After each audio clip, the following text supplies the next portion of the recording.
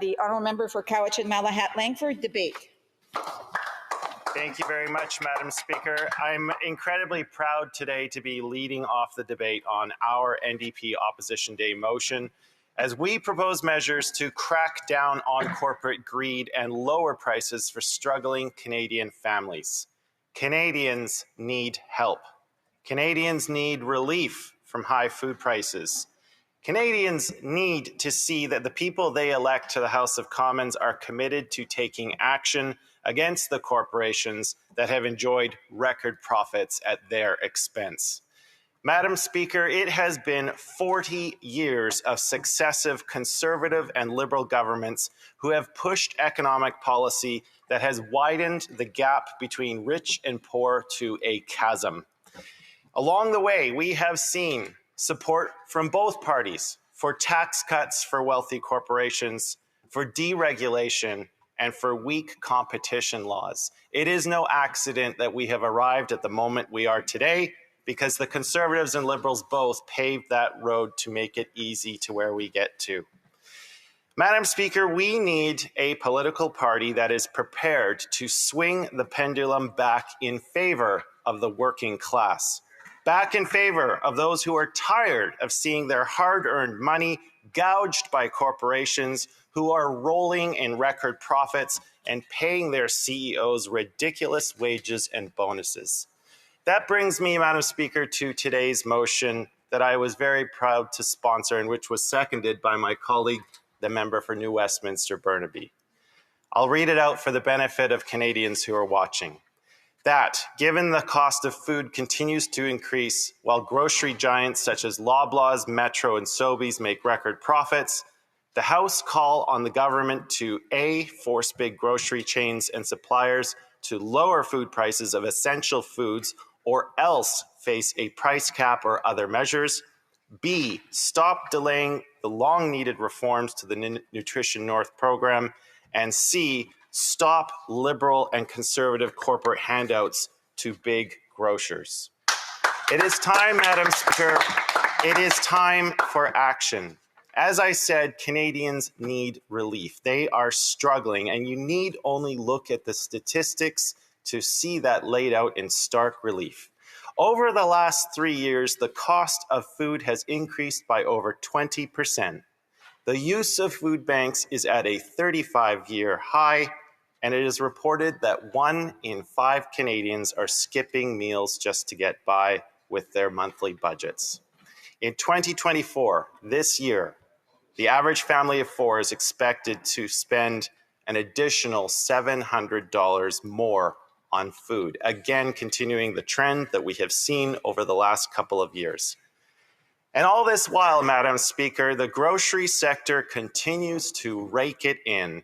Last year alone, raking in $6 billion in profit. Shame. Loblaws has almost doubled its profit margin in the past 5 years, and Metro has the biggest profit margin of any grocery company. Canadians know that the problem is corporate greed. They know it. They know it in their heart. And one party in this House is standing here to illuminate that greed, but also to take action on it. We can see it on the street, Madam Speaker. People are taking measures into their own hands by boycotting Loblaws and other grocery stores because, again, we have a 40-year track record from both Liberals and Conservatives to protect Canadian consumers from price gouging or hold these massive corporations accountable. Many of the corporate sectors have used the disruptions over the last 4 years and the consumer desperation associated with it to increase their prices well beyond what many would consider reasonable and well beyond what is required to cover their own input costs. Despite months of promises, the Liberal government has not taken the bold action to bring down food prices that are hurting Canadian families. Much more is expected. We have a grocery task force that hasn't completed any tasks and is not much of a force. The Liberals have committed to stabilizing food prices. Well, that means very little to a Canadian family which is struggling both in the quality of the food and the quantity of food that they're putting on the table. They're not looking for stabilization, Madam Speaker. They're looking for prices to come down. And it has not worked. As I said, families are expected to pay more this year. Asking corporations nicely has not worked. And we know from an order paper question that I submitted that these Liberals gave $25.5 million to Loblaws and Costco between 2019 and 2023 while they were making massive profits. The last thing this sector needs is more corporate welfare from the Liberals and from the Conservatives who followed or who set the table before them. So how do we solve this, Madam Speaker? Well, we are asking the government to force big grocery chains and suppliers to lower the prices of essential foods or put in measures to make them do it. We have been leading on this issue from the beginning. We had a unanimous vote in the House of Commons, which I sponsored. We've had 2 unanimous votes at the House of Commons Agriculture Committee to study this issue, to bring the political and public pressure to bear. I was the one that moved a motion to summon the grocery CEOs before committee to make them answer on the public record for their abysmal track record in how they have treated their own consumers. And we are the ones who have consistently, over the last 2 years, been calling out the corporate greed that is driving this cost of living crisis.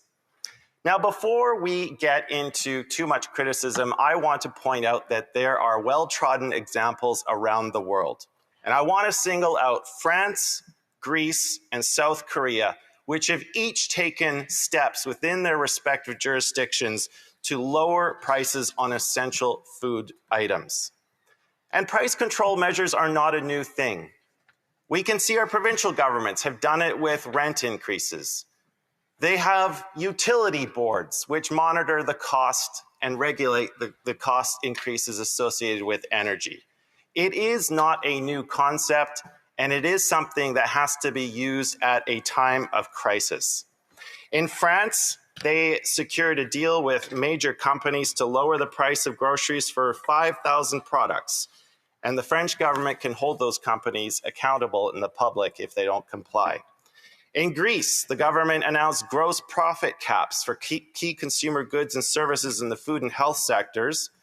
And they have a policy that stipulates that the gross profit per unit cannot exceed that of the profits made before December 31st of 2021. And in South Korea, Madam Speaker, the president there established a department-level task force to monitor and implement food price control measures in key industries, especially when you look at the food items such as milk, coffee, noodles, and bread.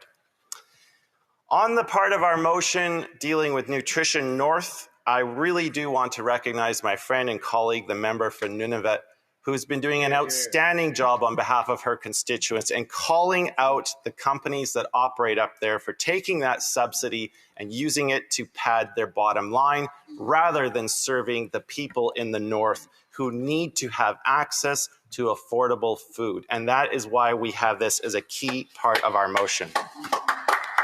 So, Madam Speaker, in conclusion, I want to say this. It's not just the grocery sector, even though today's motion has that as its focus. If you look at many of the top corporate sectors, especially in their earnings compared to 2019, you will see massive increases both in their net profits and in their margins. In 2023, as I said, the grocery sector made $6 billion in profits, and some of those companies are the very same who have employees who can't even afford to shop where they work. Imagine that, Madam Speaker, a grocery company employee who has to use a food bank because their own company's not paying them enough to get by on a full-time wage. That is shameful. 95% of Canadians think food prices are too high. 97% of Canadians don't think food prices will go down in 6 months. We know that grocery prices are increasing at their fastest rate in more than 40 years. We know that corporations are using costs as an excuse to increase their prices even higher, which has resulted in record profits. We need limited price controls to break this cycle. When there is a power imbalance in society, the elected government of the people is the great equalizer.